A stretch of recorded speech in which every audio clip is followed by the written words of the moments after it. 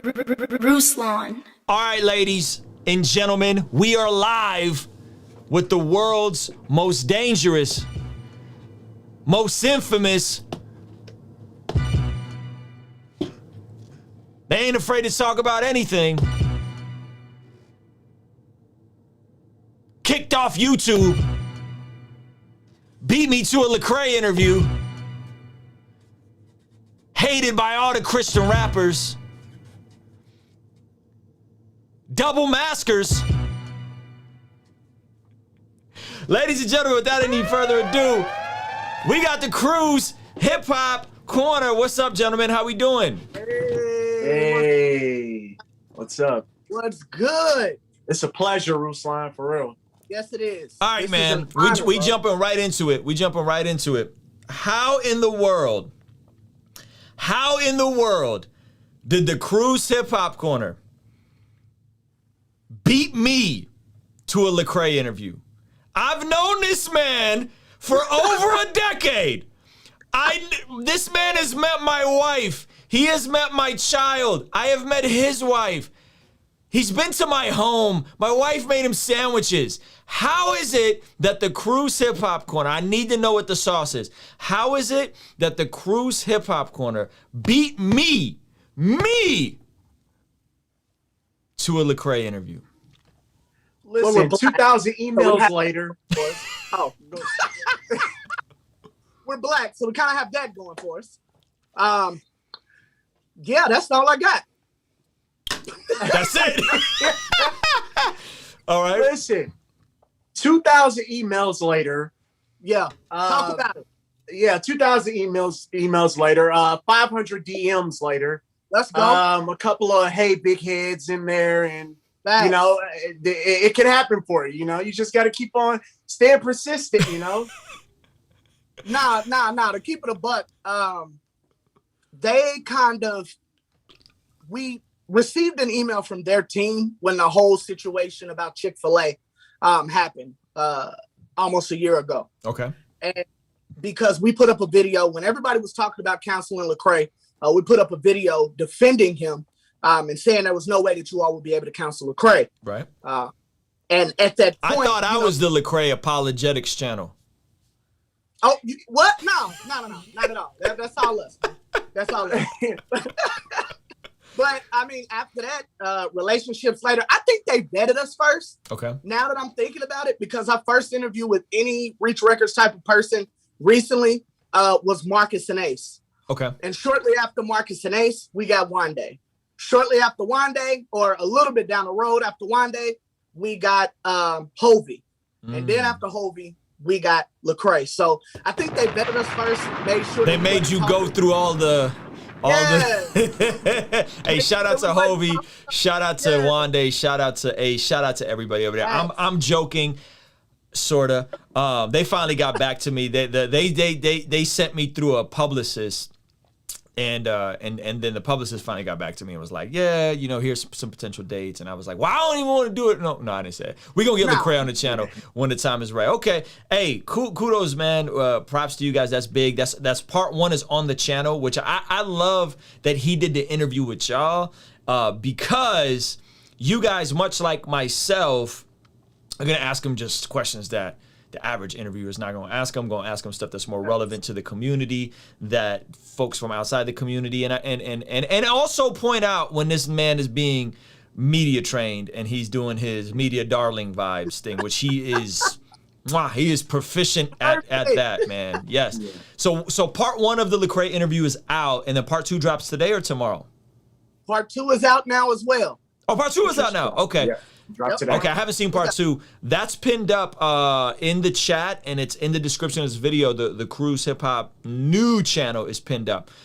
So the reason why there's a new channel, and we're going to try not to say any code words to get any issues, but apparently there were some reports from Christian rappers. Shout out to all the Christian rappers in the dysfunctional community of Christian hip hop that exists, which I didn't realize how bad it was until the mob tried to come for me, which we'll talk about that in a second. But so y'all got reported back to back to back, and it basically, if you get reported a certain number of times, your channel gets in trouble. So let's just talk about that without using any of the keywords like BLOCK or like I don't want this to get jacked up. You know what I'm saying? So what the heck happened? Yeah, man. So as you stated, we got reported. We had a crazy week. Okay. And anybody knows about our week, you already know what we're talking about. I don't care to rehash that. But we had a crazy week, and within this crazy week, we got reported by someone within the community. Hold on. I don't know anything about this crazy week. I'm gonna go look this up. Keep talking. Yeah. So we got reported by an artist twice within 2 weeks, and ultimately that led to the issue that we have where we started a new channel. Fact of the matter is, now, granted, I can take credit for 2/3 of what happened. 2/3 of what happened was my own fault. We had some old videos that were, had some old videos that Is the old channel not up anymore at all? Yeah, the old channel is gone. No, Whoa. it's gone. Oh gosh. Okay, hold on. Back up. Can you just remind me? Because I watched, I'd say about 50% of y'all videos. What was the stuff covered? There was the week with the loving hip hop, loving Christian hip hop. Yeah, loving Christian. There was that, and I didn't see anything else in that week come out the pipeline. That was like. So it didn't happen in that week. The week that Loving Christian Hip Hop came out, that was the same week we were notified. So it didn't happen within that week. It was a couple weeks prior where we were talking about certain people leaving the genre and different things like that. And so with that, somebody came out and said, look, man, we don't sugarcoat anything. The week that we reported. Bro, why are you looking like that? Who are we talking about? Are we talking? Hold on. The light bulb is going off over there. My brother is my accountability partner, so I have to make sure that when we get off of this, he don't give me a call and be like, "Bro, you probably should have kept that." So, do we let it go, bro?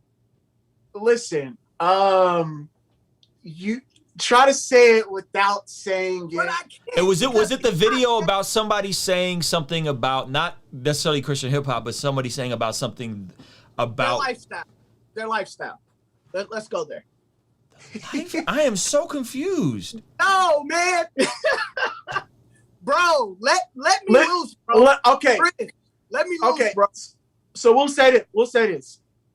Somebody came out making a video about their new journey with God. Their new. You like that, don't you? You like that? I like that. Somebody came out. You said lifestyle. That my brain went somebody else. You're talking about Eshawn Burgundy saying Christianity is a pagan religion, and y'all highlighting that clip. We are talking about Chance the Rapper. I refute. I refute. Yeah. So it was a week that we did cover the Eshawn Burgundy situation. Okay. And after we covered the Eshawn Burgundy situation, shortly after, we received some reports. Like I said, 2/3 of it is our own fault. Mm-hmm. There's been things that have that we should have taken care of. Okay. When it comes to using certain things, we didn't.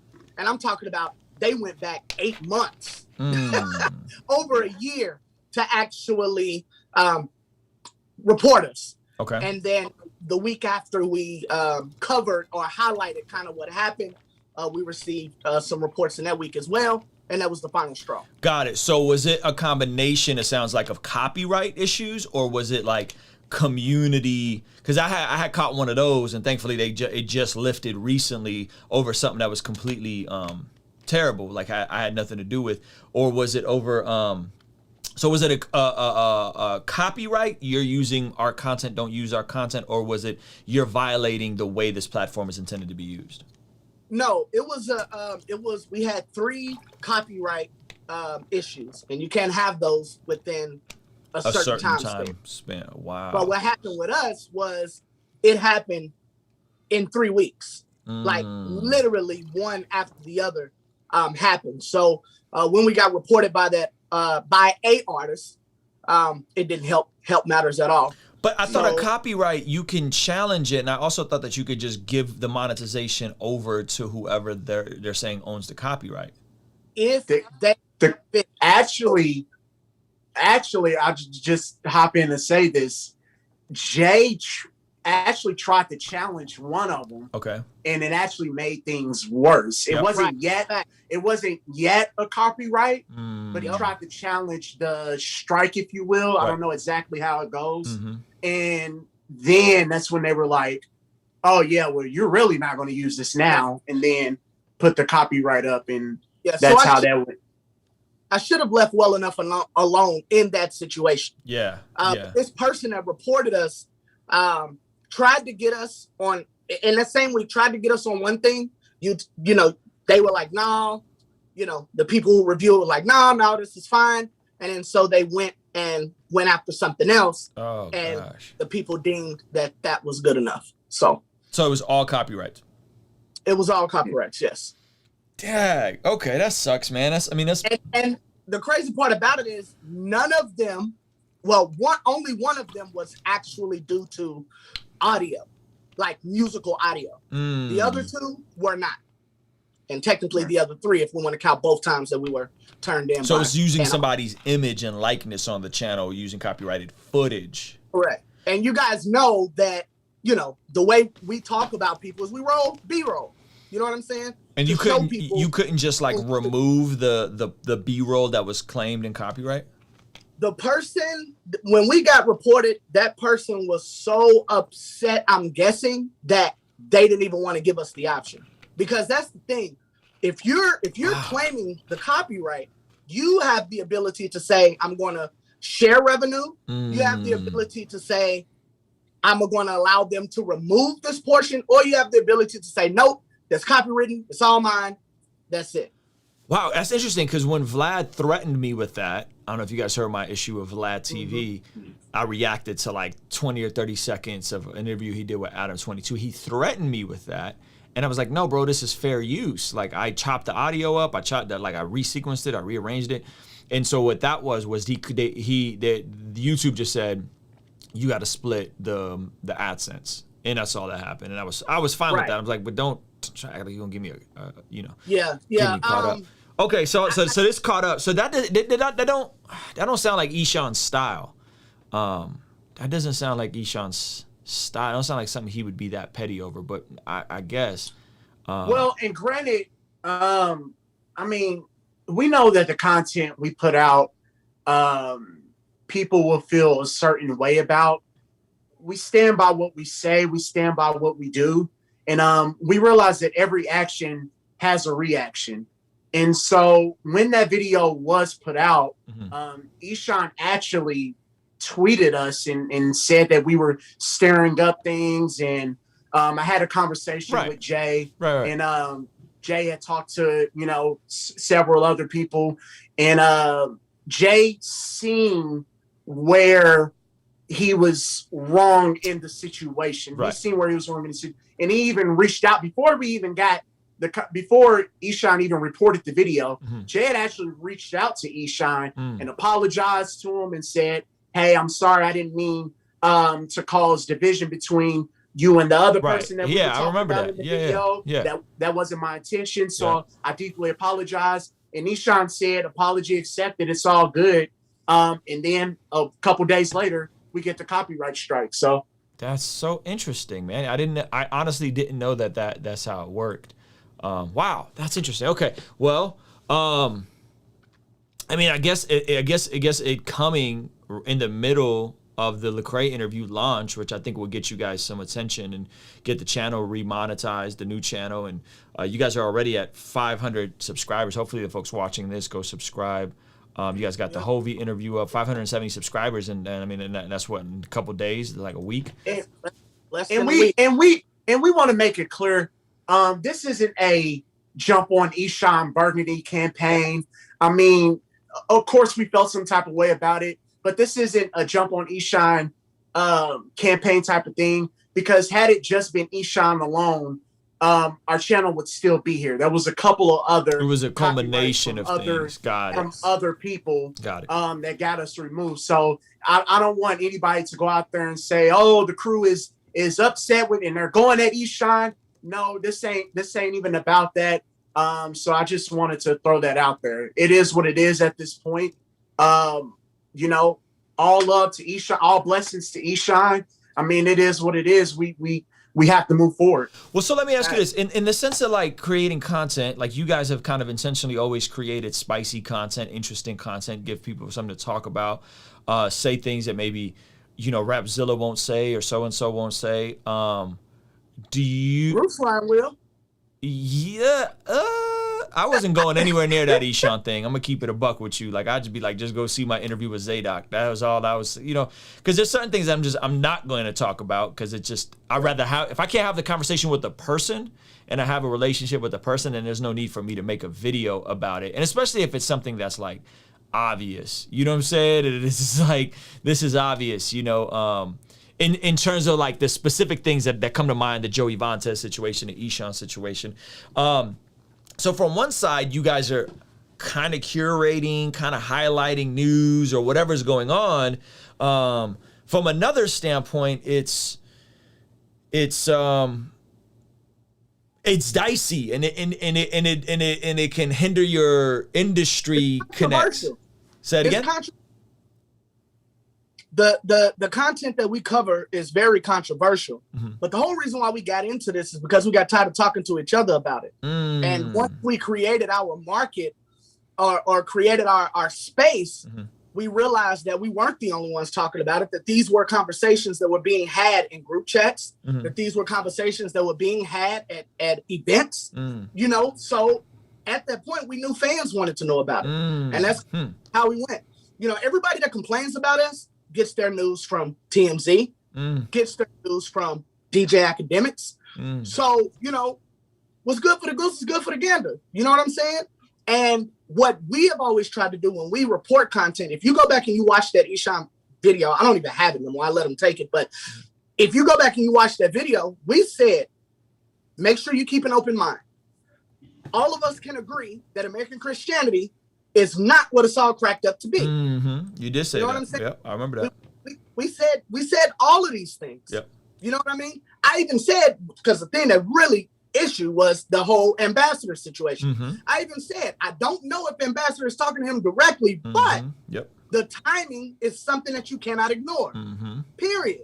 You know what I'm saying? Even with the Joey Vantes situation, since you brought it up, we and Joey, we didn't have no issue at all. We wound up getting blocked, and that was the end of it.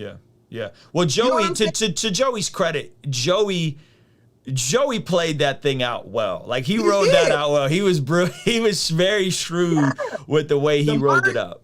The merch, the video saying, going ahead and admitting he did merch, huh? He did merch, didn't he? Shout out to Joey Vantes. That's how you take it and flip it. Yes. Joey did what he was supposed to the point where we had other YouTubers saying that we caught the L. You know what I'm saying? In the situation.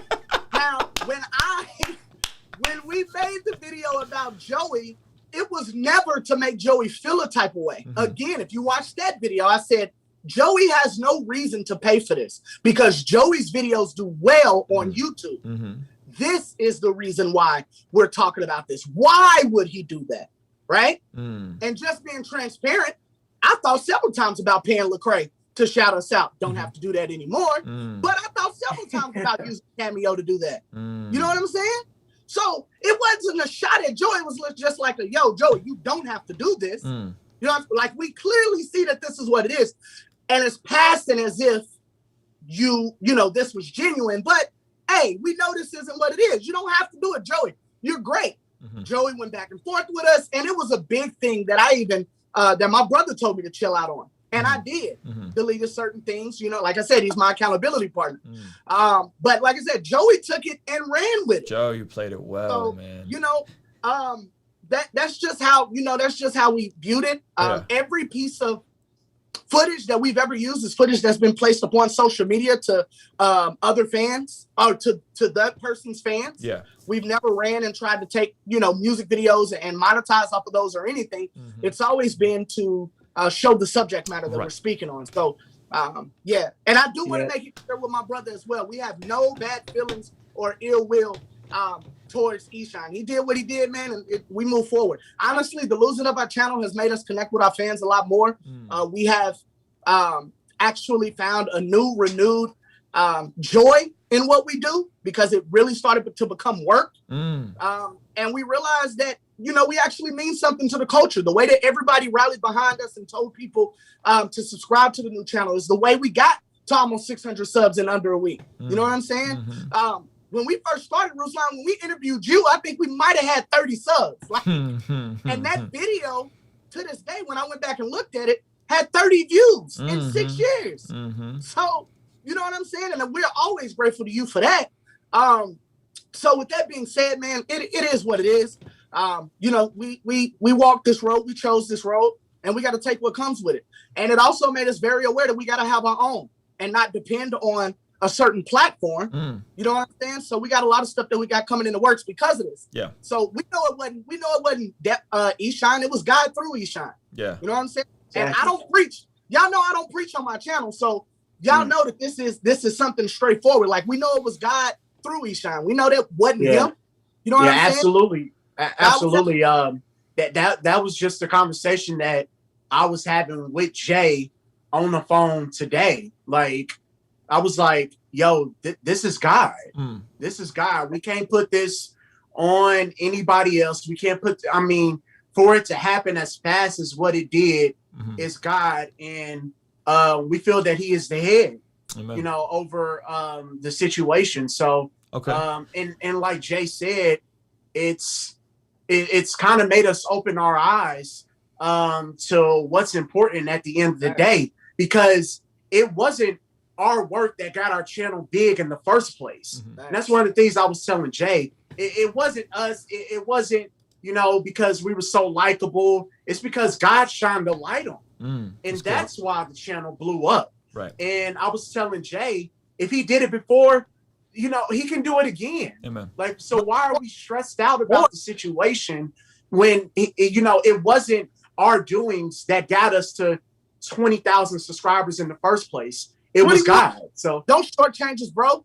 21,000. Okay. So I got some other stuff. So, okay. So in regards to this, so there's, where is that line between, where do you feel like that line is between like reporting on news and making news, right? And can that line be blurred? Because in we did a really cool stream on your guys' channel. Are y'all gonna re-upload all the old stuff? Did y'all archive everything? I thought about it, but this is all new for us, man. Gotcha. We're really going, you know, not really a different direction. We kept them for us. It'll probably be something that our Patreon subscribers can get to whenever we get that popping. Yep. Who knows? Maybe some NFT. You know what I'm saying? We're kind of, you know, but we don't want to. This is going to be something totally new for us. Yeah. So this is my question, and maybe some people will feel this, but if I see good questions, I'm gonna pin them and come back and answer. I'm gonna hit them with some of y'all questions towards the end. So if you got a question, I could mark it and then move it over here to my little favorite section in Ecamm. Yep. So where's that line between reporting news and creating news? And I'll be very specific, right? With the stream we did, there was a situation where I put up a video that was done a couple of days before regarding DMX. Some people were upset that I used the thumbnail, or that the timing of it was the video came out 4 hours before he passed away. I tweeted it a couple hours afterwards. And it was dope because me and you talked, and you actually, Jay, helped me out and was like, yo, I think the issue is the thumbnail. You could have used a better photo on the thumbnail, blah, blah, blah. But initially it was like, yo, my issue was like, yo, this is actually news. Like, this is something that's news. Like, we're talking about a tweet, you know what I mean? Like, we talking about practice, right? And so I was blown away that this was news. And I guess my question is like, is there that line between reporting news? Like, was that really, I mean, I guess in Christian rap, Ruslan tweets unflattering thumbnail of DMX the day, like, I guess that's news, right? Or are we creating new? Are we creating something? Maybe sometimes at the expense of somebody else. Like, where's that line, and how do you guys navigate that? I'll leave this for Jay, because I just talk about whatever he tells us to talk about. So. Honestly, the line is if it was a personal conversation. Okay. Right. So if it was a in death. So, you know, like what just happened to Flame, and our condolences goes out to Flame. I wouldn't cover that. When it happened to Andy Mineo, I didn't cover that. Right. Because I think that's too touchy of a subject, even though they did share it with their fans. Right. But the line is whenever it is a private conversation. If we have whether you tell me that it's secretive or not, or whether you tell me I can't talk about this on my channel or not, if it is told in private, I don't say anything because I don't want you to be like, oh, here comes Jay, let's be quiet. Let's not, you know what I'm saying? Sure. I don't want you to be like, oh, you better not say anything because he's going to tell it. Like, no, not at all. If you put it on your channel or your page, okay, that's good. Your thousands and thousands and thousands of subs, it is fair game. As a matter of fact, the policies within Twitter, IG, and Facebook, they say that. Got you. Like you're putting it there unless your page is private, right? Right. So, but the problem is, I'm gonna tell you what the problem is. The problem is a lot of these rappers get caught up in the clout. So they want the follows and they want people to see them and they want people to see their pain. The issue is we talked about it and they didn't like some of the responses they got. I mean, hey, I don't know what to tell you because you put it out there. And then you have to understand this too, Ruslan. We created a lane that was not existent within Christian hip hop. Yep. You see what I'm saying? Yep. So that line on one side really doesn't exist yet unless we decide where the line is. You see what I'm saying? There's definitely a love-hate relationship. And for the most part, it's love. Like, don't get it twisted. Like, for every rapper that might not appreciate what we do, there's 20 rappers that appreciate what the crew does. So we're not tripping off the couple that don't like what we do. But we have never seen this in Christian hip hop where we're constantly feeding and promoting what you're doing to your fans. We're uplifting the culture. We're putting a lot of eyes on what you are doing as artists, good, bad, or indifferent, because sometimes it is bad, sometimes it is, a little controversial. But we've never seen this within Christian hip hop. You're in uncharted territories. If something exciting happens, the crew is going to talk about it. Even you. I know that you cover a lot of other things and world things, whatever the case may be, but we have never had a situation where you get real-time news and real-time coverage where we're talking about the things in Christian hip-hop. And I feel like that it is something that has made the whole culture big in a sense, to me personally. Yeah, that's good. Someone just said that it's like sports analysis. It's like wait, where did it just go? I just saw that. It's basically like sports commentary, athletes, CHH feeling away when analysis give their personal take. Yeah, it's like, I think that's a good parallel. I dig it. I respect it, and I do agree that you guys are doing something in a space that doesn't have it.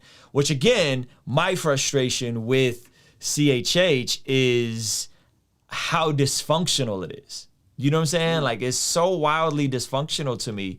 And I didn't really get it. Like, I kept blaming the fans. Like, y'all are just the ones that are legalistic and y'all need to leave Lecrae and Andy alone. And then I was like, wait a minute. Nah, like, a lot of these rappers is weird. These dudes are weird. You know what I'm saying? And I didn't really get it until I did something that, like, was just innocent on my part. And I didn't think nothing of it. And all of a sudden, it went straight for the illest motives that you could think of on my part with the DMX video. For those of you guys that don't know, I had a live stream where I talked about Justin, DMX, and Christian addiction like 4 days before DMX passed. The DMX clip happened to drop the morning of, because I take a stream and I chop it up. The DMX clip happened to drop the morning of, and then there was rappers, like people I know, friends that I've had dinner with that were like, talking crazy about me on Twitter. You know what I mean? And I was just like, yo, like, you could FaceTime me, bro. If I'm off, help me. Like, help me not do whatever you think I did that's messed up. And Jay was literally the only one that called me and actually talked to me And then we decided like, well, let's just go live, have a conversation about it. It was so bizarre. And I think that's the part that's frustrating with artists, is that I think we miss it, that even if you like the word gossip keeps popping up, which I don't think what you guys do is gossip. I don't think what academics does is gossip. To your point, if somebody's putting something out there publicly and you guys cover it, that's not gossip. That's you curating other people's social media posts, basically, and making it a condensed, focused stream on a different platform. You're curating. But I think people don't understand that, yo, at least someone cares and is talking about you. You know what I mean? And you're overreacting, and you're getting sensitive, and you're getting emotional about stuff that really isn't that big of a deal. You know what I mean? And so it's weird, man. Christian rap's weird, bro. Christian hip hop community is weird. We stopped to keep it real. Like, we stopped caring about that a long time ago. Even with the videos that we post, sometimes Jay might call me, be like, yo, such and such feels away about this video. I don't get it. He posted it. And I'm just like, Jay, every action has a reaction. Right. Yeah. Like, you can put yourself in that artist's shoes. If you see this video about something you posted, I mean, you would feel a way too. So whenever we post something, Jay posts a lot more. A lot of times it's his voice over the videos that and a lot of times I don't have the input on what he's going to talk about sometimes. So until after the say it again. Until after the fact. Yeah, until after the fact. I'll pull it if you say something. Right, but if something crazy is happening within the space, you know, you post a video, and then the person that you posted a video about is kind of upset about that. I've had a conversation with Jay like, yo, if we post something about somebody and they feel a way about it, man, it's fair game because we put ourselves out there. So honestly, I didn't feel any type of way about any rappers feeling a way about our videos when we talk about them or discuss about them. And Jay has been that way a lot lately too. Like, hey, it comes with the territory. We'll talk about it. We'll chop it up. And I might give him advice about certain things. Like, I wouldn't have done that. But man, we chalk it up to the game, man. We like, if we put ourselves out there, just like they put themselves out there, we put ourselves out there and talk about somebody. It is what it is. Like, we expect to get the smoke. And, you know, we're not, you know, going to get into any physical confrontations with somebody or anything like that. We're not challenging anybody to approach us or anything like that. We will protect ourselves if need be.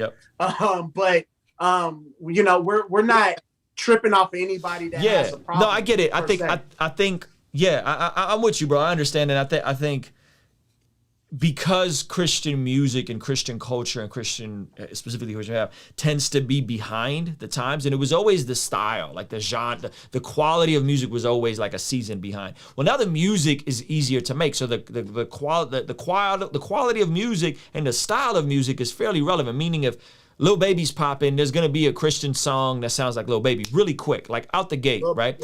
But now I think what people are missing is the way media moves and the way influencers move and the way everything moves is mad different. And so Christian hip hop is like, what is the crew doing? What's Ruslan doing? I don't understand. This is so, they talked about me. Like, and you just don't understand where media is moving because, you know, it's a lot of old head energy, if we're honest. It's a lot of like, you ain't really tapped in to how this whole technology revolution thing is going. And so then you're reactive instead of proactive. And we were reactive on the artistic front for long enough. Now we're reactive on the media front. We're reactive on, like, and I said this before, like, the fact that every Christian rapper with a small budget didn't hop on vlogging, like, blows my mind. Like, it's like, y'all blew it. Y'all missed the train. And guess what? Belief got on that plane and to the moon. You know what I'm saying? Now we got podcasting, we got live streaming. Y'all are missing the boat again. And there's going to be a bunch of folks that build audiences, build careers, and the majority of y'all fools is going to be asleep. You know what I'm saying? You guys are going to miss the boat. And so I think that's the part where I hear what you guys are saying, and that actually gives me clarity with regards to how and why there could be tension. I just think it's old head energy and folks just don't know what's happening. Well, let me, and I want to make sure that I make this clear. When we saw that when we saw that Ishan was upset, we understood. The first thing out of my mouth was, I get it. Like I get it. Like if it was me, as my brother said, I would be upset. But we also have a job to do. I'll never forget when Hovey was talking about mending Christian hip hop. I believe people was going back and forth with him. Hovey DM'd me and was like, "Hey, bro, I really appreciate it if you don't post their story." My response to Hovey was, "Bro, you know we love you, but we got a job to do." You want to know what Hovey's response was to us? I respect that. Shout out to Hovey. See, Hovey's smart. He young. Hovey's smart. He's a youngin'. Some of these guys are young, but they got old head energy. And it's just we're just gonna keep it a buck. Now, let's talk about this. There's a video that came out, and I had hit you about this, Jay, when I saw it. And I don't remember exactly what was said, so forgive me if I like misquote you or butcher you. But there's a video about Aha Gazelle, who I'm personally artistically a fan of. I've met Aha Gazelle, hung out with him. A really cool dude, like super cool dude, was all love, super encouraging. I loved his fitness transformation. And it was a video covering him and cannabis, and him basically saying like he's not gonna be smoking cannabis because he felt like God told him not to smoke, which I'm like, respect, that's dope. You know what I mean? And in the video, in the tone of what you guys were saying, Jay, what you were saying, it almost sounded like, yeah, like the honesty and how real he is cool. And I was just like, yo, I appreciate honesty and I appreciate vulnerability and transparency, but never at the suppression of truth. I appreciate when people can be vulnerable with their struggle, but when it sounds like you start glorifying your struggle, you know what I'm saying? And it starts feeling like you're like, well, this is who I am. I smoke weed. What you gonna do about it? You know what I mean? Like, and I don't know if that was his heart. I'm not trying to project that on Aha, but sometimes that could be the energy with some of this stuff, right? It's like, yeah, my struggle, my pain, da-da-da. And it's like, yo, we, as Christians, we gotta be very careful not to call good evil and call evil good. And abusing any substance, right? Abusing any substance is not godly. Being drunk is not godly. So what do you remember that? Because I was really trying to reach out to you, like, bro, and because what was happening was people were using your guys' video to say y'all were promoting like Christian cannabis use. There was multiple, and I saw it and I was like, what video? And then I like went and I was like, and so I was trying to reach out to you, and we didn't get a chance to really talk about it, but I wanted to just kind of like unpack that for me, and what was your heart with that, and like, yeah, where were you at with all that? Jay, you mind if I start on that? Yeah, go ahead, bro. So I had a conversation with Jay after just seeing a lot of the comments. I called Jay up and he knows this. Because truth be told, I felt the way, I don't know how Jay felt, but I felt the way about how I covered the situation. Okay. Because, and what I was telling Jay was, I don't feel like we gave enough credit to Aha. Because Aha was actually talking about following God's voice to stop smoking. Restraint. Yeah, he was talking about restraint and self-discipline. Right. So I feel like that Jay might feel differently, but I feel that at least I made a mistake about trying to argue about whether it should be acceptable or not. Because at the end of the day, that shouldn't have mattered. And I think that we took the credit away from Aha actually following God's plan for his life in that time. So I just wanted to throw that out there and say that given, if I had a chance to redo that, I think that I would have definitely not tried to say whether I agree with it or not. I would have tried to celebrate Aha actually listening to God and trying to follow God. Amen. So I think that that's where I went wrong in the situation as it pertains to that, is we kind of took it off of Aha and made it about what do we think about him smoking weed? And that really wasn't the point of what he was trying to put out there. But I'll let you go, Jay. Yeah, man. As far as that goes, I mean, everybody wants to know what the crew is thinking about. That's the reason why I took it in that direction. What does the crew think? Because we are the black sheep, right? We are the ones that says the things that people won't say, right. that says the things that people are thinking. Right. You know what I'm saying? So yes, I took it in the direction of, you know, whether or not we cool with it or not. But the whole point of it was, it doesn't really matter whether or not he is or isn't. Mm-hmm. That's really where I was taking it from. Like, because before you knew, mm-hmm. before he chose to make it public, you were saying, you know, 1,100 million, like, you know what I'm saying? Mm-hmm. Like, you were in here rapping all the lyrics. You were, you know, talking about how you were touched by God and different things of that manner through his music. Mm-hmm. And then the second he comes out and says, hey, man, I was doing this, but I chose to stay off of it for a little bit, blah, blah, blah. It became this whole how could you type situation. So that's fake to me. Because if it was good then it's good now. Mm-hmm. Just because you found out what you found out doesn't make it good now. It's the same thing that I said about certain teachings from people who winded up having issues later on down the line, whether they be sexual allegations or anything like that. When they taught and you felt all of that in your heart, that is still ministered to your heart. God still utilized that vessel. So what they did was definitely wrong, but that's the power of choice, right? They chose to do that. It doesn't make what they said or what they did prior or the way that they affected drug life less impactful.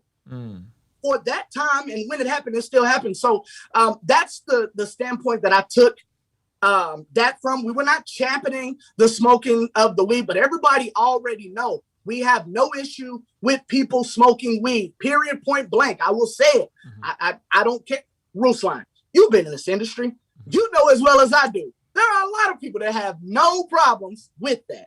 So that's where I was actually coming from. And that's just the way we took it. We started trolling at the end of the video. Blaze up, as my brother said. He was trolling. And I loved it. And I fed on it. Yeah. You know what I'm saying? So because we know the people that watch. But okay, but let me push back a little bit. Some people don't know what trolling is. That's a whole nother conversation for a whole nother day.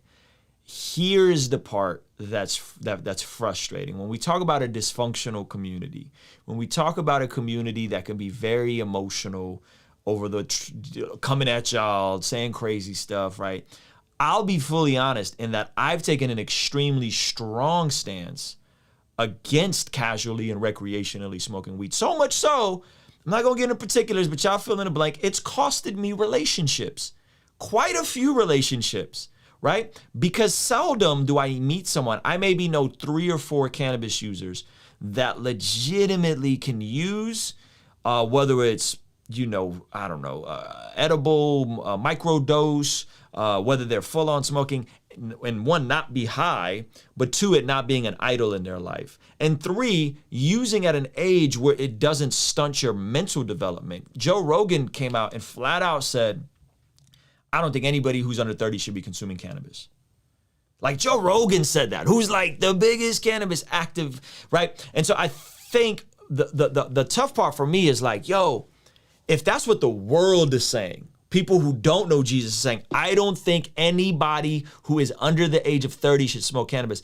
Do you guys not see how it could be problematic when the Crew's Hip Hop Corner, a part of Christian hip hop, is like, yeah, we ain't got a problem with nobody smoking weed. And it's like, whoa, let's keep it a buck. We know the type of cats smoking, and we know whose career is not moving forward. And we know who's out here struggling with depression. Or I know how much y'all know. I know, right? And we know how much of a stronghold. And so I feel like if somebody's going through a mental health crisis, if somebody's going through a slump, a creative slump, if somebody's really wrestling with stuff, they need to take their butt to therapy. The last thing you need to be doing is smoking weed. Respect to Aha, because it wasn't really about Aha. Respect to Aha. That brother got shredded. He's out here lean, lifting. Like, clearly he's dealing with whatever his issues are in a healthy, productive way. He's restraining from smoking weed. But we know there's brothers out here that ain't in the gym, that ain't going to therapy, that aren't putting out music, that aren't doing anything, you know what I'm saying? And consuming weed way below the age of 30. Right, and they're probably not doing it in a responsible way. And I'm the guy that's like, I don't know, when Ruslan and the Breaks used to be the far left liberal guys who were loose, and now I'm the guy that's too conservative because I'm not cool with just the Christian rappers lighting up. You know what I'm saying? We just gonna smoke weed, we just gonna get drunk. Like, no, we don't do that. Christians don't smoke weed and get drunk because we feel, no, that is not okay. That is not okay. That's not okay. Especially if you're going to go rock at these youth groups and these Christian conferences. Especially if you're going to have little youth group. And this is my issue with NF. Y'all know my issue with NF is like, fam, do you? But you started in the youth group circuit, fam. You started in the daggone, you know, the rock and roll worship tour. We're going to go hit the Christian side. And now it's just, I'm angry and I'm sad and I'm depressed and I'm angry and I'm sad and I'm depressed and I'm angry and I'm sad. And I don't want to hear that. I don't want to hear that marketed to Christian kids. And I don't want to hear art coming from a hyper depressed place. You ain't dealing with your issues. You ain't taking your butt to therapy. You're not plugged into a local church. And we're cool with it? I'm not cool with it, guys. I'm not cool with it. And again, if this is what we want, if we want Christian hip hop to stay where it's been, if we want it to stay stagnant, we have the world platform. We have the access to the playlist. But we know there's something off here. If we're fully transparent, we know something's not quite right in this community. Okay, so here's the problem that a lot of Black people have with that argument. Okay, because talk to me. If you, I can understand a Christian making a biblical argument, but however, you didn't bring a scripture that you could have said, stay of sober mind if you wanted to. It was just about, no productivity. You know, I know Ruslan, and this is the problem that Black people have with that argument, because there's a lot of bad connotation that goes with smoking weed, but we okay with people drinking. I'm not okay with Joe people Rogan casually getting drunk. No, I'm not. Okay. Is Joe Rogan okay with not drinking alcohol under 30? Is he okay with not drinking alcohol under 30? Because there have been way more deaths and way more tragedies that have happened over drinking alcohol 100%. than ever smoking a blunt. So this is where people, and my brother, especially in the Black community, put that out there. My brother does not smoke at all. Okay. Yeah, I don't, you know, but this is where a lot of people in the Black community have a problem with, is that to weed, there's this bad connotation of you can't be productive. I know a lot of successful people that smoke weed. I know people that have gotten degrees in the highest level being a weed smoker. So I just really dislike that negative picture to people who smoke weed, because I can't help but feel that there's a racial thing tied to it. And I'm not saying that you're doing that. I know, but I was talking about specific people in our community that we all like, and I'm gonna keep it a buck. I wasn't even talking about a lot of Black people, but that's neither here nor there. Like, I'm talking about. I brought that up. Because no, that's a fair pushback. It does have a negative stigma. I'm with you. You're right. It does have a negative. I want to hear what Jay got to say on this. Well, I also want to say we also know people within the community that do use that their careers are doing excellent. So Jay, but are they doing excellent? I mean, you would have to be that person or have an actual relationship. I know too much, Jay. I know. I'm gonna stop. I know too much, bro. I'm just talking about the ones that I deal with. Sure. The ones that I deal with. Sure. Their speech is still godly. Okay. Their dedication from when I'm around, and they know how I move, so it is what it is. Yeah. When I'm around, their movement is still in a godly manner. You know what I'm saying? And what I always like to tell people is what God is dealing with you with, because that's the reason why so many people are so heavy on it, right? God convicted me of this. So since God convicted me of this, nobody should do this. And it's not even like that. You know what I'm saying? Like, if God is dealing with you on that, God may not have dealt with this person on this. God may be telling that person, stay out the trap house. God may be telling that person, hey, stay with your baby moms. God may be telling that person, hey, you know what? I love to see you in church a bit more. But what we like to do when God convicts us of something, we like to take the high road like we ain't never been there. We like to take the standpoint of this is what God's saying to achieve godliness. You can't do 1, 2, and 3. Therein lies us going back to religion, right? That's literally what that's going back to, which we all say that we hate. You see what I'm saying? So that's where I'm at with it. I never, like I say, let me ask you guys this question. Like where is that line between legalism and holiness? Because I hear what y'all are saying. I really do. I think that's a very reasonable point. There is a negative stigma. It has been racial. It's not okay to otherize people. And by the way, I'm not saying this. I'm saying this in terms of the house of faith. I'm saying this. Here's the overflow of this. I'm saying in the context of our weird dysfunctional community. Right, I'm saying in the context of Christian rap and Christian hip hop, I'm not even saying that someone can't consume responsibly. I'm saying there's not a ton of proof or evidence that people are consuming responsibly. And by responsibly, I disagree with that. By responsibly, I quite simply mean microdosing, remaining sober-minded, microdosing. You know what I'm saying? Like Boonk came out, right? And Boonk was like, yeah, I don't think there's anything wrong with smoking weed. Come to find out, he's smoking CBD flower. He ain't even smoking real weed. That's CBD flower. That can't even get you high. You know what I mean? And it's more about the feeling, the sensation of smoking, less about you wanting the THC psychoactive part to do something to your brain. Where do we draw that line between holiness and saying we are going to press into living lives? I get it's not an overnight process, right? I get it might be a 10-year process. We're going to live lives that are holy and set apart and look different than the world, especially if we're going to go rock at Christian conferences and get Christian money, right? Versus like have a legalistic religious spirit. Where do you guys think that line is? Well, let me ask you this, Ruslan. What makes one holy, or who makes one holy? Right? Well, you can't. Yeah. No. Well, I guess that's the wrong question to ask. Anything that you do, can that get you to heaven? Anything that you're doing, anything. Which Jesus that gets us to heaven. I'm not talking about heaven or hell issues. Okay. Yeah. So my point is that doing or not doing doesn't make you holy. That's my point. Okay, hold on. Let's back up.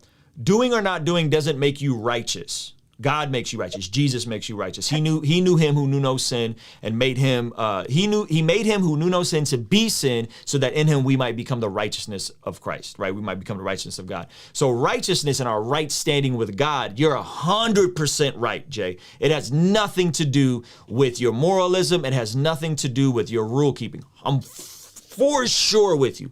Now, we pray, let your kingdom come, let your will be done on earth as it is in heaven. We say, I need to be sanctified and conform and become more like Jesus in my life, in every area of my life, right? And so if we're talking about sanctification, the process of becoming holy, the process of becoming more like Jesus, that's a little different than justification and being made righteous because of the blood of Jesus. I'm not talking about people who are smoking, going to hell. I'm not talking about people, salvation. I'm not talking about that. I'm saying, hey, now that we're born again and that we're saved, there is some degree of us acting different, looking different, behaving different than everybody else in the world.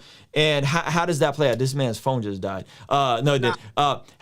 Sanctification is different than justification. And I'm with you, bro. Justification, and I'm big on that on this channel. I don't know how many of my videos you see me defending Lecrae and Andy Mineo and Justin Bieber and Bono and whoever, right? And these guys aren't perfect. Justin Bieber's far from perfect, but there is fruit of repentance in terms of his mind has changed. He got off the hard drugs. He's still smoking weed. I don't think he should be smoking weed. I don't think it's a healthy use when you're dealing with mental health issues and you're a freaking megastar. I don't think it's the best use of your time, but I understand it. And I would never question Justin's salvation. I would never say he's in sin or whatever. I'm saying that process of holiness may be different. I'm with you. That maybe that's something God's not convicted him in. I'm saying shouldn't there be a distinguishable of saying, yes, God's using Justin, and that's because I'm using Justin just to get away from Christian hip hop, because maybe it's a little too close, a little too personal. We know people. Yes, God's using Justin Bieber. Yes, God is using him to soften people's palate to the idea of the gospel. I'm for that. I'm for him being saved. I love it. However, Justin, I'm concerned. I'm concerned that you're talking about Hennessy. I'm concerned you calling your wife a bad bitch. Like I'm concerned. You know what I'm saying? Like I'm concerned that you get the best weed from California. Excuse me for saying the B word, right? But I'm concerned about these specific areas Don't you think we need to have that same balance? The only difference with Justin and a lot of Christian rappers, not some Christian rappers, I want to say a lot. I don't want y'all thinking everybody smokes and parties and is crazy. That's not what I'm saying. Please forgive me if that's what you think I'm saying. I'm saying there's people struggling, dealing with mental illness, and they're coping with it, and it's in our community, and it's like normalized and okay. Yeah, I mean, yeah, in every community, that's what's going on. But some people have found that's the way that they cope, along with still talking to God. And I'll keep it a band. I've read the Bible high and have received way more understanding than I've ever read it in a natural state. You know what I'm saying? So it's all about the individual and what God is speaking to. I think where we get it wrong at is trying to tell people, hey, yo, fam, if you're going to be doing this, you can't be doing this. And that's furthest from the truth, because you don't know what God is doing in their life. And that's just where I've always stood with it. That's why, and I know you don't do this, Ruslan, but I'm just speaking for myself. Sure. That's why I don't condemn people. I've dealt with people within the community, and they're like, bro, I smoked. Like, are you okay with that? Of course. Like, they don't bother me because what you do doesn't affect me. What you do doesn't make me go to heaven or hell. And if I come in with some haughty spirit, right? Some high spirit that can then make you feel some type of way and I'm making you feel convicted rather than the Holy Spirit making you feel convicted. And that can cause a misstep. That's fair. I get it. If there is a question, meaning that if I'm in a situation, they say, yo, Jay, I'm really struggling with this. You know, what do you think? Then we can go there. But to go and say, hey, man, I know you smoke weed, and I don't think you should be doing that within the Christian hip hop community is far from right. Period. All in all, we're not weed advocators. Okay. We're not champions smoking weed. The crew is not weed advocators. We're not telling Christian hip hop artists to smoke weed if you want to. And I would say that on my video, I made a mistake by saying that, well, if it's legal, he's obeying the laws of the land. Yeah. I feel like that's a false argument, and I can take the fallacy in that argument, because I shouldn't have said that, because there have been things that have been made legal that we as Christians don't agree with. Yeah. I don't. But you were trolling. You were trolling. Here's what I'm saying. Here's what I'm saying, Jay. This is what I'm saying. Sometimes the things that we want to use to cope with in the moment aren't the things that are the most beneficial for us long term. Like, I have a 6-year-old. Last night, he wanted to have another muffin. Bro, you want another muffin? It's 8 o'clock at night. You want another one? You can't have another muffin. He throws a tantrum. He's upset. He can't have another muffin. He's crying. As a good father, I'm saying, listen, this is not the way you cope with your feelings. You don't consume more sugar right before you go to bed. It's going to disrupt your sleeping pattern. It's not a good look. You can have a muffin in the morning, but like, you gotta chill with the muffin right now. You've already had 2 today. You see what I'm saying? And I'm saying, like, as a good father, as a brother in Christ, I think there are times where we got to go, fam, I love you, but I don't know if this is the best thing to do in this season, in this time. You're wrestling, you're dealing. I feel you. Let's pray. Hey, I got this therapist. Hey, have you gone to counseling? Hey, have you dealt with it this way? What's the trauma in your life, right? And I think that's the part, is like, we just all want the muffin right now, and whatever that releases to make me feel better right now, whether it's weed, whether it's porn, whether it's whatever. And I'm saying, I understand, bro. Like, I come from sexual trauma. I was molested as a kid, you know what I'm saying, by the other altar boys. Like, it's deep for me. But at some point I had to say, I can't keep medicating with food. I can't keep medicating with porn. I can't keep medicating with sugar, right? The weed thing, I stopped doing that when I was in high school, but I did that for a season. And that's my fear, is like, bro, we see brothers medicating and not dealing with the actual issue. And we could argue and say, well, it's productive and they can still be successful. Sure, people on Wall Street sniff coke and they're wildly successful. Like, okay, fair enough, right? I'm saying the folks that I know aren't. I'm saying that there's a lot of brothers out here that, now, I'm not saying the weed is the issue. I'm saying the weed is the symptom. The weed is a byproduct of not dealing with the depression, not dealing with the anxiety, not taking your butts to therapy, not getting help, right? And so the weed just becomes one of, just like pornography ain't the real issue. This is just how you dealing with the issue, right? It becomes a secondary issue because there's something else unsettled in you. And I'm speaking as somebody that's wrestled with pornography, like dealt with it. And by the grace of God, and I'm afraid to even like, I'm not trying to flex, but like, it hasn't been a stronghold. You know what I'm saying? And my wife just had a baby, by the way. So you just fill in the blank. You know what I'm saying? You do the math on that, right? It's not a thing. So I don't know, man. What I'm not trying to do is come off judgmental or condemning or anything like that. I'm just saying I want my brothers to be well. I want this community to be healthy in every aspect. Ultimately, my bad. Ultimately, the crew is with people seeking God, and that was going to be the end to my statement, my earlier statement, about we're not weed advocators, but ultimately we are. We're with people seeking God in whatever situation that you're in. And if you have accountability partners, be open and transparent with them and talk to them. And maybe God will use them and send them your way and say, hey, I don't think you should be doing that. Like with what you said, Ruslan. It's just that we feel some type of way when people on Twitter feel like that they're everybody's accountability partners. We're with people seeking God ultimately about whatever state and situation that you are in your life. We're with people seeking God. Find out what God wants for you. And if you pray, you'll get your answer. Amen. And Jay, go ahead and finish. And then I want to make one more point after you're done, and then I'll drop it. But go ahead. Okay. And I just want to kind of piggyback off of that, Ruslan. What I don't want to happen is everybody gets the battery put in their back from what you said. I think that, for one, as my brother said, a lot of these fans feel like that they're the artist accountability partner because they purchased their music, and it couldn't be furthest from the truth. Yeah, no, that's a fact. That's the issue, right? Yeah. Fans are like, oh no, you smoke weed. You're not in their life to know anything. 100%. And if we truly believe that God is the head over all things, that he orchestrates everything, then at that point, believe that God, if he sees fit, will put you in a place where that conversation can be held.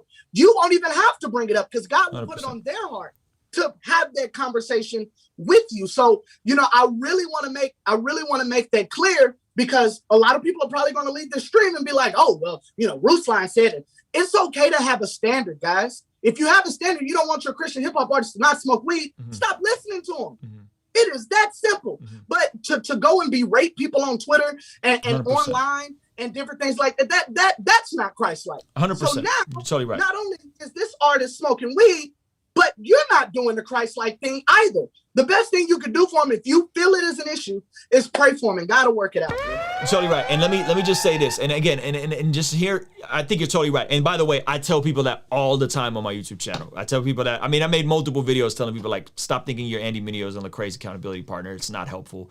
So I'm with you there. I think you're totally right. I'll say this last thing, and then we could drop it and wrap, or we'll do questions if you guys got this. This is what I'll say. As someone that came from the Christian hip hop space and then pivoted to the YouTube space, the difference I found is in the YouTube space, the people I'm around, right? The Mike Wingers, the Alan Parrs, the John McCrae's, who are not just impactful. Am I here? Did I cut out? You got me? No. Yeah. I was just saying you need a flex bomb or an alpha. Yeah. Not only are they wildly successful and have massive influence and massive audiences, way bigger than most Christian rappers, if we're going to keep it a buck, right? Outside of what Andy, Lecrae, KB. Not only is there that, not only are they prosperous financially and making really good money, right? The caveat with them is that there's also this stability and this like waging war and this vulnerability where they don't got these secret compartments. Like everybody's very frank and you'll have conversations before there's sin and they're in some big thing and they're struggling. They'll hit you and it's beautiful. And my fear is that what if there's a lid on this community? What if there's a lid on this community because I kept blaming the fans, but because we know that an extra $10,000 a month for some of these rappers will destroy them right now. It will ruin them right now. An extra $10,000 a month for some of these producers they will walk away from God. Like it would be that bad. And so what if there's a lid on this community, on this impact, on people going further. And again, this is a multifaceted issue, but I will speak for myself. See, I'll speak for myself. Jay, there was a lid on my life, because had I been successful 10 years ago, I would have been a train wreck. Had I been successful 5 years ago, had I saw the money I see now 5 years ago, bro, it would have been terrible for me. You know what I mean? And so that's my only concern with that, bro, is like, man, I want to see God use this music. I want to see God impact people far from the church with this. And I look around and I engage, and I be at these events. Y'all know me, I'm in the mix, and I'm just like, fam, first of all, our conduct is so different. Second of all, our mouth and the way we slander and gossip about each other is so different. And then we just kind of loose out here. Like, not everybody, guys, I'm not saying every Christian rapper is loose, but like, forgive me. Anybody you see on my channel, by and large, is fairly stand up, loves Jesus. Anybody that I've highlighted. I'm just saying, we know the behind the scenes. And I'm like, yo, gosh, man, is there a lid on this thing? Because a lot of times that prosperity in the wrong season, the inheritance too early in life is not a blessing in the end.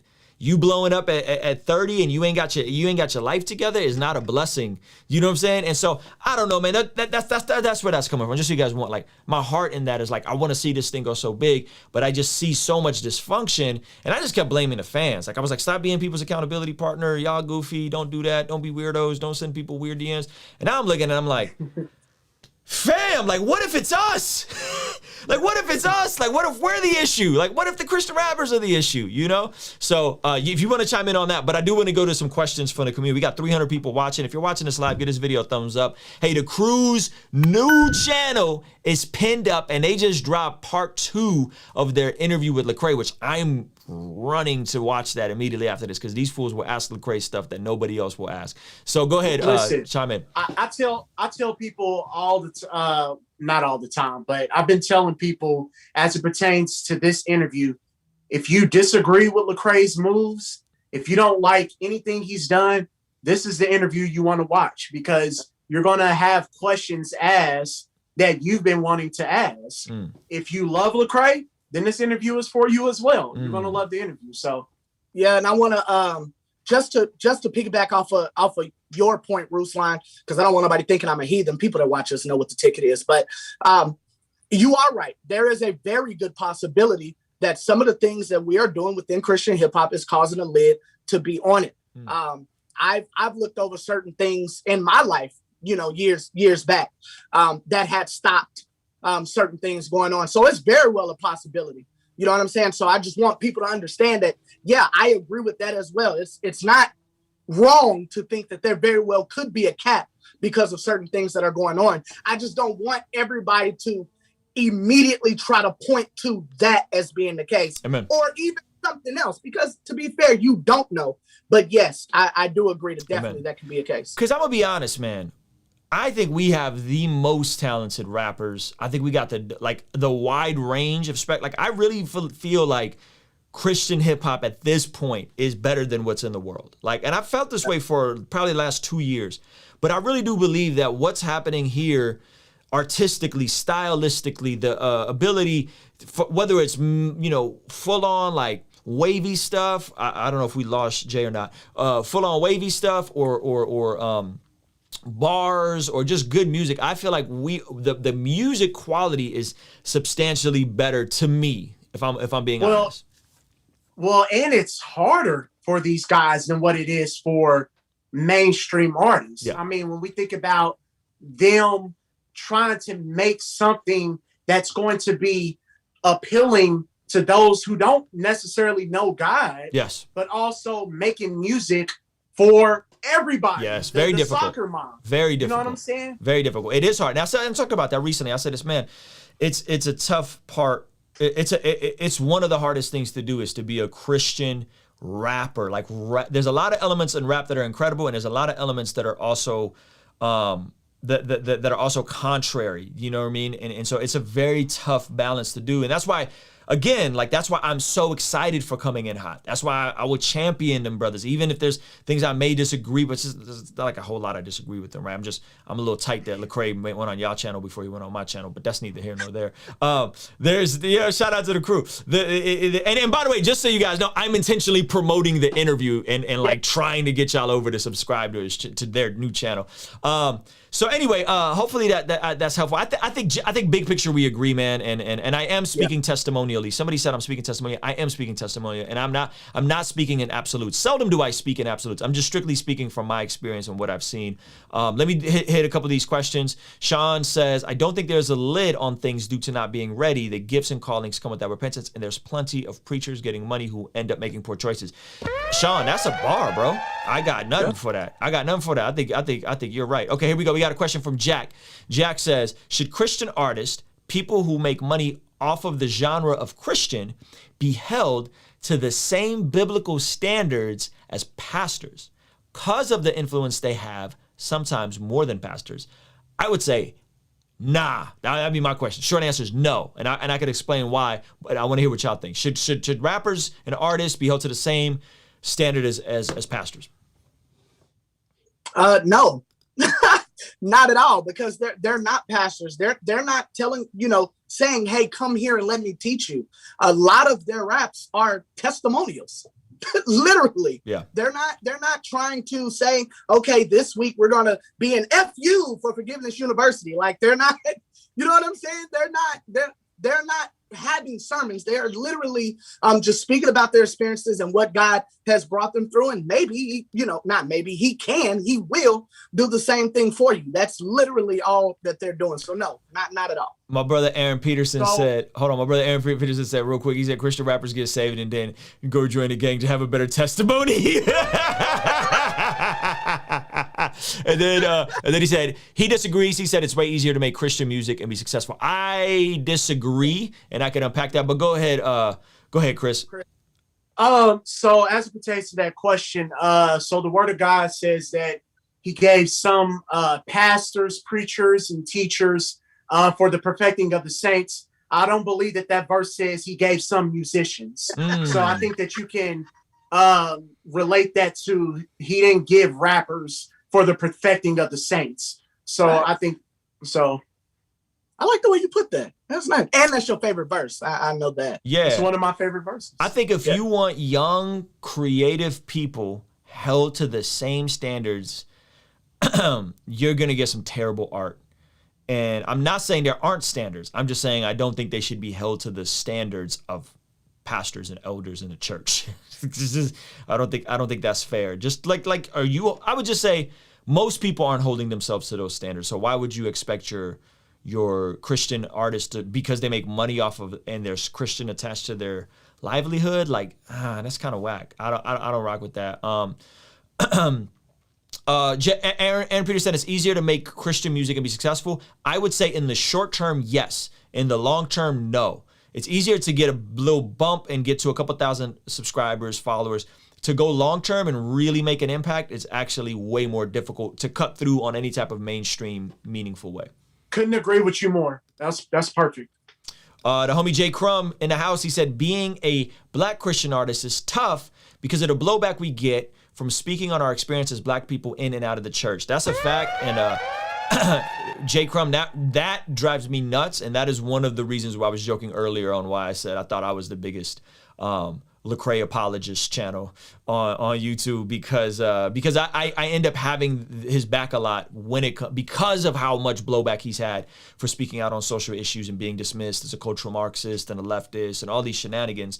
And I think even if I disagree with somebody's politics or whatever, I should still want them to have the freedom to speak up and have the freedom to just, expose evil. And I think that's really tough because the issues that the Black community is sensitive to is going to be different than, the upper middle class community. Like if you're upper middle class, if you're suburban, the daggone opioid crisis might be a really big thing. People might be on pills.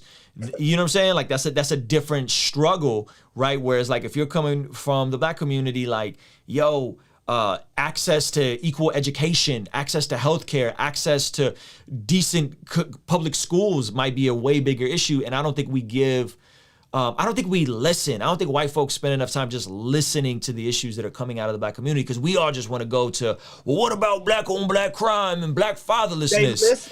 They listen to respond. They don't listen to listen. They listen to respond. A lot of times when you're speaking with them, and I honestly think this can go for the Christian hip hop community, period. You know, it's a, I'm gonna hear what you say, but I got their response in the clip. And we can't move forward if that's the case. That's why whataboutism exists. That's a fact. That's a fact. That's a bar. All right. Hey, any other questions? Yo, crew, y'all got anything to say? Look, the channel is pinned up in the thing. It's in the description below. Let's see. Y'all going to subscribe? We got 600. We got 600. Praise God. Hey, that's from being praise God. First of all, I like to thank my moms. I like to thank the Academy. I like to thank Lecrae. You know, because he came on our show before Ruslan's show. Man, forget Ruslan. Man, it's the fruit takeover. You know what? New Christian order. Somebody spray paint that on the thing, man. Yo, Outcry says, similar to the judgment ways we see in the church, no pun intended, do you think we in the CHH community can be too judgmental of artists? I think that's the Christian community as a whole. We could be too judgmental on anybody who has a position within the church. Chris, you want to chime in? Yeah, my bad.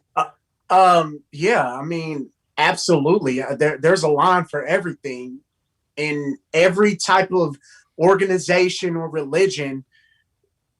Sometimes people just take it way too far, and that goes for anything, you know? So this is kind of why I, you know, argue, or I don't like hearing the argument of, oh, well, you know, those backstabbing Christians or those fake Christians in the church, but you cool with going to the club with these fake people that'll probably shoot you in the head if they got the opportunity. So I'm just saying. Levi Peterson said this, Jay in his prayers with, and that's all. I have. That's funny. All right, Aaron Patterson asked, who do y'all think is the future of CHH? Man, you know, Hovey, John Keith. There used to be a time where you knew what this was and what CHH is, but there's so many different components that I don't think you can say that there's just one person who's going to be the future of CHH. Shout out to my media coach, Lecrae. No, we're going to be a straight shooter. He said that in our interview. No, we're going to be a straight shooter, man. Honestly, I think there's several different people. I mean, I think you can point to No Big Deal. I think you can point to Paris Careers. I really think you can go even to some of the newer guys when we talk about a Swayze and we talk about a Miles Minnick. Miles Minnick? Hustler. God. He a hustler. I love that kid, man. Man, when it comes to work ethic and building, the way he builds his following, I look at it kind of like what Wande has done with hers and what Aha did before he even got to Reach. You know what I'm saying? Just really bonding with that base. So Miles can be it. I know Crumb is in there. I don't think Crumb gets enough respect for the type of art that he puts out. We know Cam is killing it. Like, really, Lecrae's answer was correct because there's different factions. You know, we can throw in Vert Mob. Like, literally what Vert Mob is doing, when we talk about Big Breeze, Scooty Wop. They're dope.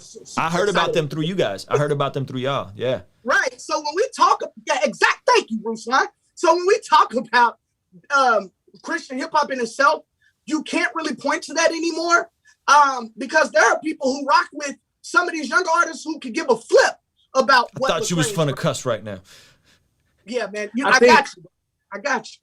It's a different time these days, so it's hard to say that somebody can be the face of the genre because we're so like we're on to the next thing, on to the next album.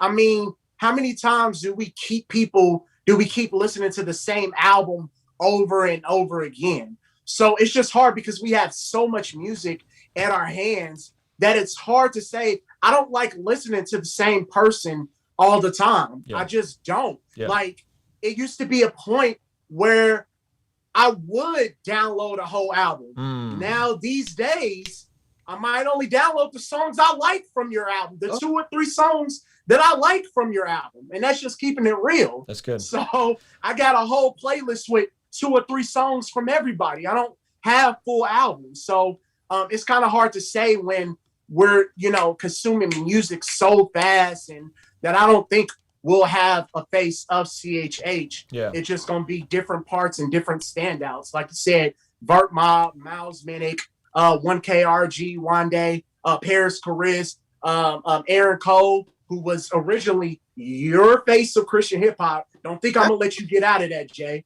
He was originally your face. Hey, wait a minute. Wait. Don't get it twisted. If Aaron Cole actually wanted to, he could put his foot on people's necks. Let's not do that. But yeah, I'll take it, bro. All right, this is a good question. Number one Aaron Cole fan, I get it. This is a good question. What do you think would be the ideal way in which CHH could function, from the interaction between artists, fans, and different public platforms to the actual ministry of the genre?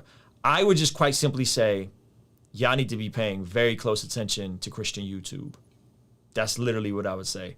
Y'all need to be paying really close attention to what Christian YouTube is doing, because it's more seasoned brothers.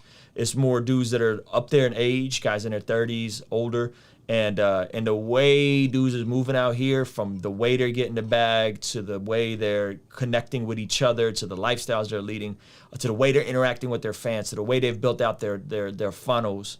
I would say they need to be paying really close attention, because nobody really out here trying to build businesses, if we're going to be honest. The cats is just out here trying to chase clout. You know what I mean? Ain't nobody really thinking like, what's my 15-year plan? Like, it's just like, let me just get clout and be a famous rapper, and maybe I'll get on beast mode and cross over. But they don't understand, Ruslan, that clout does not always turn into dollars. Nah. You can have, man, who was that dropped and he got over 4 million followers and I think sold 4K in his first week? Mm-hmm. Like, you know what I'm saying? Like, clout, man, get out of here. This is a good question. Which secular artist do you believe is the closest to crossing over to the CHH space? Is that really a question? Kanye West. You think Kanye? Yeah, is that really Kanye. a question? Kanye West, everybody who's done it. Okay. Kanye West, Chance the Rapper. I mean, that's not a man. Put them in timeout. That ain't no question. I think Chance is more tapped in. I think Chance is way more tapped in than we think. I think Chance more than Ye from a media standpoint. Like from my brief interactions with him, I think like Chance has gone back. Chance has interacted with me. He's been back and forth with Eshawn. I wouldn't be surprised if he knew who the crew was, if he knew what Rapzilla was. I think Chance is way more tapped in than we think.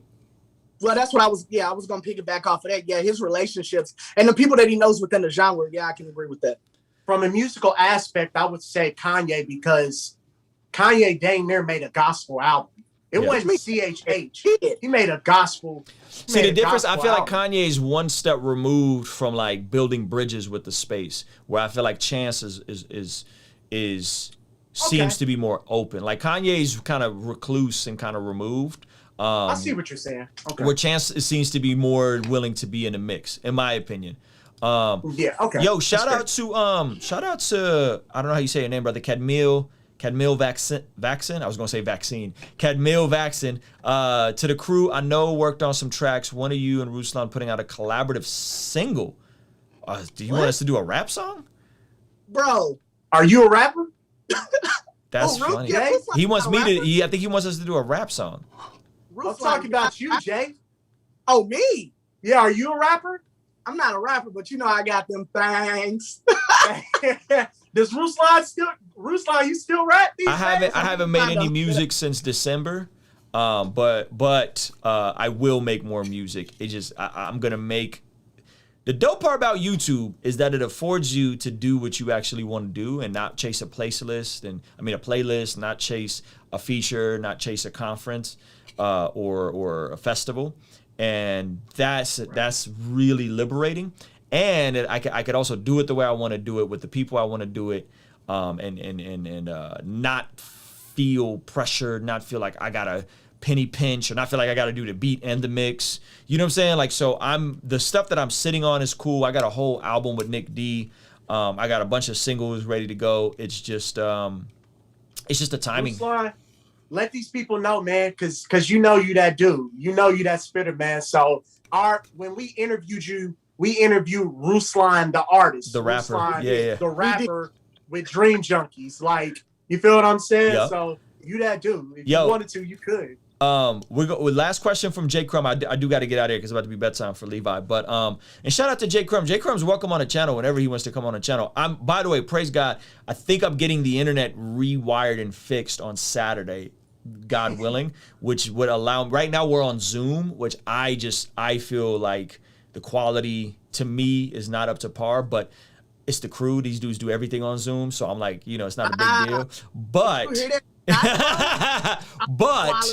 I was just gonna say, you need to tell Jay to talk about his internet, because sometimes Jay's internet be like, hey man, we all got internet issues. So to answer that question, I would love to have J Crumb on. We got Dr. Eric Mason coming on. We got I'm gonna do some more stuff with Alan Parr and John McCrae. We got Lecrae potentially. They wanted us to confirm. I wanted me to confirm. I didn't want to confirm until the internet was fixed because I want the quality to look nicer. Yeah. So I got a bunch of stuff in the pipeline, and God willing they come. So basically the issue is I could run Zoom and I could upstream, and y'all know that some of y'all are here earlier that sometimes it'll fall out, but I can't do Ecamm live 1080p interviews. So that's wildly frustrating for me. So soon. But here's the last question we're gonna get out of here with. Who's PD? He said get PD on your show. I don't know who PD is. J Crumb's question. PD Pablo! Hey! Like a helicopter. Yeah. J Crumb asked, do y'all think CHH as a subgenre will fade away eventually? No. Ooh. Okay. No. Tell me why. I don't because you have too many people championing the old guard. You have too many people that really, a lot of these new cats don't even care to move like some of the middle generation moves. So I don't think it'll fade. You're going to continue to get people to leave, more people that did in the beginning or that are now, but it'll never fade out because a lot of these younger cats, the ones that are still in high school, the ones that are still in middle school, they're youth group cats. And so that's what's going to happen until they live a little bit, as our parents used to say, just live a little bit, till they live a little bit, and then their content tends to change. So, it's not up to the artists anyways. I don't feel like it's up to the fans. Like the fans, there are Christians that want this separation. They want to know that they're listening to this exclusive God music, whatever you want to call it.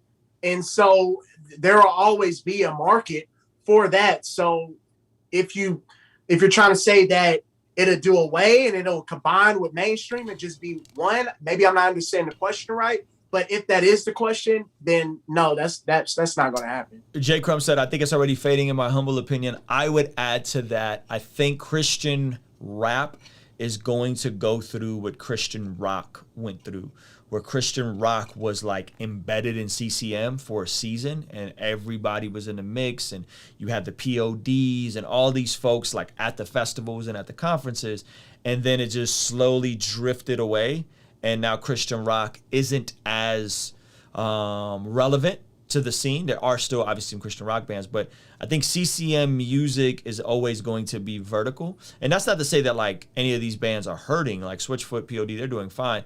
But I think that's the same thing we're going to see in Christian rap, where it's not going to be infused with Christian culture as much and the Christian media side. There'll always be a subgenre, but what I do see is I do see more Christian rappers crossing over and doing things in the mainstream side of things, the way we saw POD, Switchfoot, U2, all of these bands were Christian bands initially, or started with Christian content. I think you'll see more of that, and I think that's dope. I'm for that. I think I want to see more folks in the mix. In order for Christian rap to thrive, I think we would need infrastructure. I think we would need our own touring. I think we would need capital. I think we would need funding. I think we would need a lot more to get it to really sustain itself. And right now, the only people that have the means to do that is Reach. you know, Reach has an agenda to get Reach, to keep Reach going and to keep Reach popping and to keep Reach relevant. And I think it would require somebody else to do that. And I don't know if there's anybody else that wants to do that undertaking. I mean, yeah, 2020 Summerfest, that's a good, shout out to 2020 Summerfest. So that's exactly what I was going to point to. Because if I didn't, I would feel away. That's MC Nice's plan, the one who is running the Summerfest. There are a lot of things that he has in the work. You know, he has the satellite radio, the internet radio station. You know, and really getting out there. There are several people getting into the mix with this 2020 Fest. You've had the president of the Bank of America Life Stadium actually give a statement about what they're trying to do. So they're trying to create this infrastructure. The thing that sucks is that one person can't do it. The issue is everybody wants to be rappers. No. You go and be a manager, go and be, you know what I'm saying, a promoter, go and be, you know what I mean? And then we can build this infrastructure. The reason why we don't have it is because everybody wants to be a rapper. And then when they can't rap anymore, they're like, oh man, that genre wasn't rocking with me, or that genre was this and that. Instead of saying, you know what? I can work on it this way. Me and my brother used to make music, or we love music. We love to sing, but we much rather commentate. Because again, it was a space that wasn't as saturated. Yeah, I'm not gonna try to be. Am I really gonna compete with a Ruslan or an Andy Mineo or J Crumb or whatever the case is? Come on, man. I'm not on that level. See, what I want to what I would love to do someday is to leverage the Christian YouTuber space to highlight emerging Christian artists. I think that would be crazy, because I think that's that's like a obvious connection and an obvious link, but because the Christian people consuming the Christian YouTube stuff would be open to what Christian hip hop is doing, right? They would be open to it, because a lot of folks don't know I make music, and then they come across my music and they're like, wow, your music's fire. And I think if there was some type of connection playlist there, like I'm gonna be intentional to try to grow my playlist, and potentially like I could see almost like our own version of like a rock and roll worship tour, but with Christian YouTubers and packaged with Christian rappers and Christian R&B artists. I think that would be crazy, because I don't think people understand how much influence. Like I say, give it a year or two, and I'm talking like Alan Parr, John McCrae. They're gonna be pulling the same numbers Lecrae is gonna be pulling if they even go on the road. Like if they even want to go on the road, they're going to be pulling like Lecrae numbers just as speakers. You know what I'm saying? And I think packaging that with some dope music would be nuts. Packaging that with a Nick D and a Paul Russell. You talk about arenas. You know that they want it. I mean, just think about how Paul Russell has blew up on TikTok. Think about how many placements Christian hip hop artists, not even from Reach, are actually getting now because of the type of music that they make. So just to piggyback off of your point, yeah, definitely, because that's what people want. Yeah, man. I'm hopeful for the future, guys. And that's why Crew's Hip Hop Corner came on here. And even though I'm tight at Lecrae, I'm not tight at them for getting the first Lecrae interview before I did. So shout out to them, man. Go subscribe to their new channel. Let's see what the numbers looking like. We was at 601 last time I refreshed. We're at 611 now. Hey! Let's go. Yes, sir. Thank you. Seriously, man. We appreciate the support from everybody. When we lost the last YouTube channel, it was a blow. You know, the people within the culture, and we had a lot of followers and subscribers that wasn't in the culture. So you can only imagine that a lot of those people are just kind of like, what happened? You know, where are those guys at? So, but you know, we're following the will of God, and we're following God's plan. And if he did it before, he can do it again. So that's what we own. Much more, bro. Tenfold. Let's get it. There we go. Yo, guys, thank you so much for hanging out. If you found this video valuable, make sure that you hit that like button, and make sure that you subscribe to the Hip Hop Crew the Crew Hip Hop. Gosh, it's late. Make sure you subscribe here. Bell notification is on.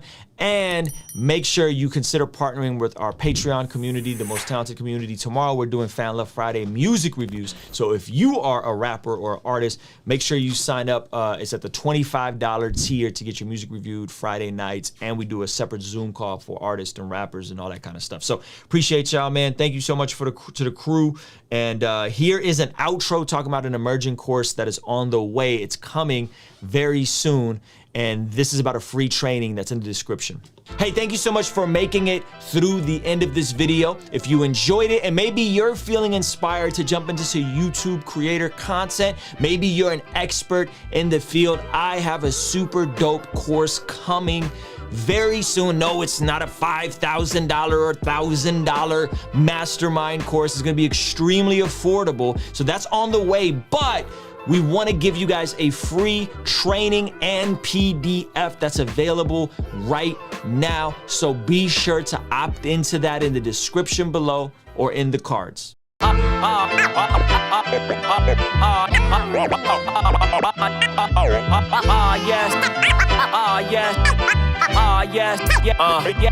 I saw my mama smile through the silhouette. Sunshine and all. Sunshine and all. But she don't know that I still feel like we ain't made it yet. No, I ain't lying at all. I ain't lying at all. I remember walking back from grocery stores and she would carry me sore. Muscles